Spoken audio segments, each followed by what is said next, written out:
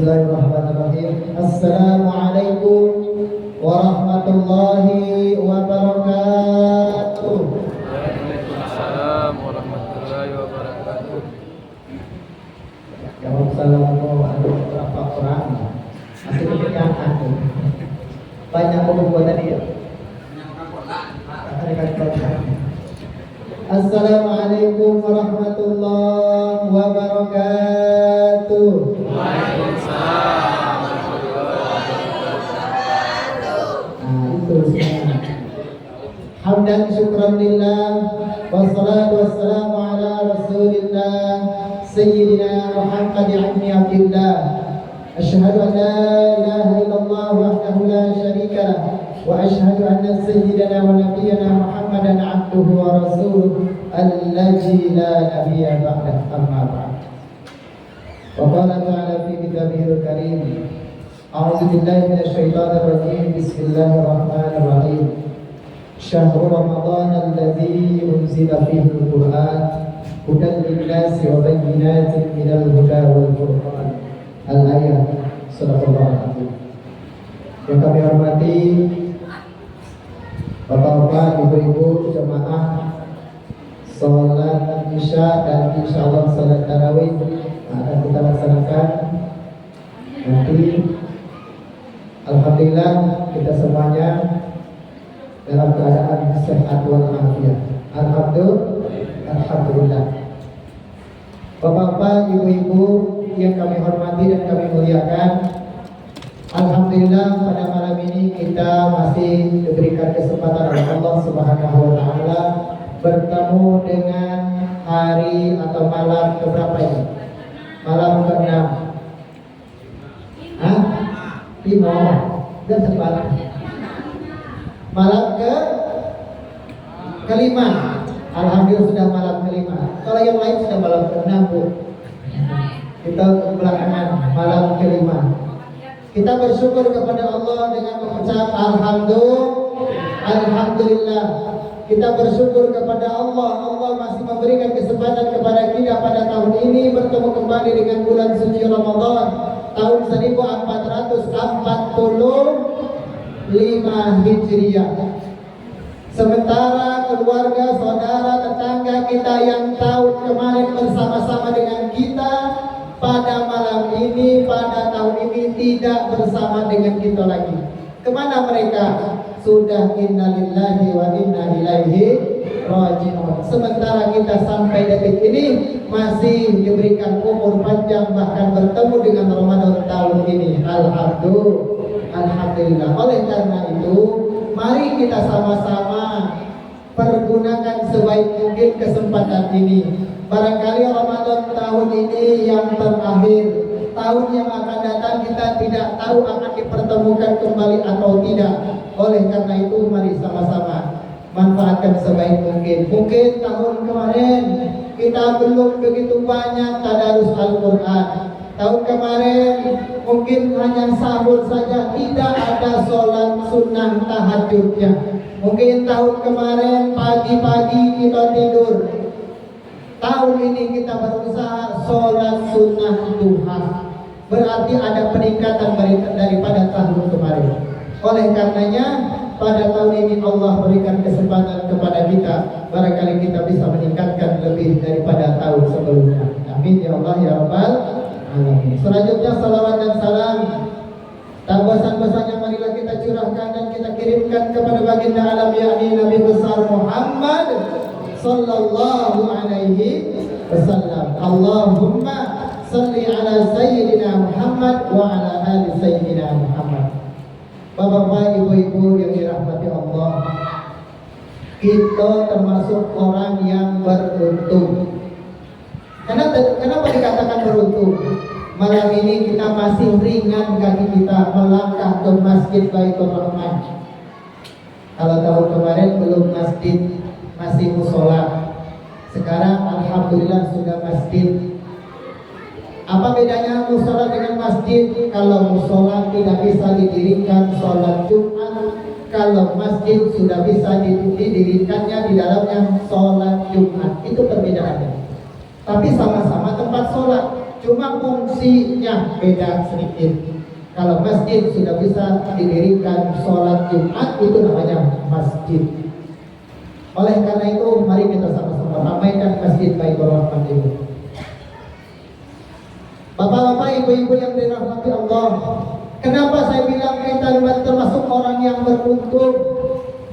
Sementara di luar sana masih ada yang tidak mau bersama-sama dengan kita.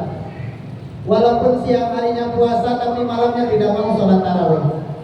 Bisa jadi mungkin tidak mau itu karena malas atau juga kekenyangan. Tapi kita juga walaupun sudah kenyang dan kekenyangan tetap hadir ke masjid. Insya Allah terus kita istiqomah. Mudah-mudahan kita senantiasa istiqomah. Amin ya rabbal alamin.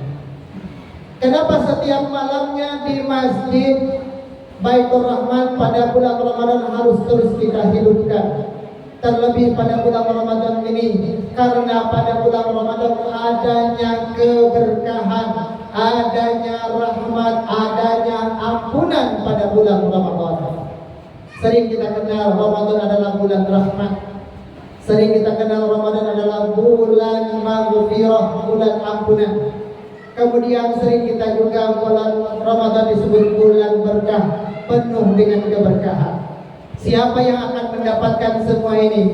Hanyalah orang-orang yang diberikan keistimewaan oleh Allah Subhanahu wa Ta'ala. Malam ini kita sudah memasuki malam yang kelima. Tentunya kita dari awal sudah merindukan bertemu dengan bulan Ramadan. Nah, sekarang sudah kita bertemu dengan Ramadan, bahkan sudah kita lewati dan memasuki malam yang kelima. Apa yang harus kita perbanyak di bulan Ramadan? Perbanyaklah amal ibadah. Puasa adalah modalnya. Di luar puasa itulah yang harus kita memperbanyak keuntungannya. Sekali lagi, puasa adalah modalnya. Jangan disebut lagi puasa itu begini begitu. Puasa adalah kewajiban yang harus kita perbanyak adalah di luar puasa. Apa? Sedekahnya, apalagi tadarusnya, apalagi sunnah-sunnahnya, apalagi zikirnya dan lain sebagainya. Karena puasa itu adalah modalnya. Apa hukumnya puasa? Wajib. Puasa dengan sholat sama-sama hukumnya wajib. Ibu, hukumnya wajib. Kita ketahui apa yang dikatakan wajib. Apabila kita kerjakan, mendapat pahala. Apabila kita tinggalkan, maka mendapat dosa. Sekali-kali kita meninggalkan yang wajib, berdosa kepada Allah Subhanahu wa Ta'ala. Contoh, kalau kita sengaja meninggalkan puasa 1 hari saja tanpa alasan yang syar'i. Mana yang dikatakan syar'i? Tanpa alasan sakit dan bukan di dalam keadaan musafir atau dalam perjalanan. Sengaja dia berbuka, sengaja dia tidak puasa. Ini kesengajaan. Bagaimana orang yang seperti ini? Bisakah orang yang sengaja berbuka puasa di siang hari dikodok puasanya? Tidak bisa. Sekali lagi, barang siapa yang sengaja berbuka di siang hari tanpa alasan yang syar'i, maka tidak bisa dikodok puasanya. Misal, kita meninggalkan puasa sehari saja dengan niat saya besok mengkodok puasa yang ditinggal dengan sengaja ini. Kita mengkodok puasa yang ditinggal itu 100 kali kodok, tidak bisa terbayarkan. Kenapa alasannya? Karena itu sengaja meninggalkannya. Gak ada alasan bagi orang yang sengaja untuk mengkodok puasa. Terus, untuk siapa yang mengkodok puasa? Mengkodok puasa syaratnya adalah pertama, orang yang sakit, tidak mampu berpuasa pada waktu hari itu karena dia sakit. Yang kedua apa? Orang tersebut kalau perempuan haid tidak bisa berpuasa, maka besok mengkodok di hari berikut atau di luar Ramadan, mengkodoknya. Kemudian siapa lagi? Orang yang dalam perjalanan Perjalanan kemana? Perjalanan melebihi daripada 83 km. Atau perjalanan kita contoh dari Bungo ke Jambi atau dari Bungo ke Padang. Apalagi kalau ke Jawa. Boleh kita berbuka di perjalanan? Boleh. Apa alasannya? Musafir. Apa itu musafir? Dalam perjalanan. Apa dalilnya? Faman kana minkum maridun aw ala safarin fa'iddatun min ayyamin ukhra. Itu dalilnya.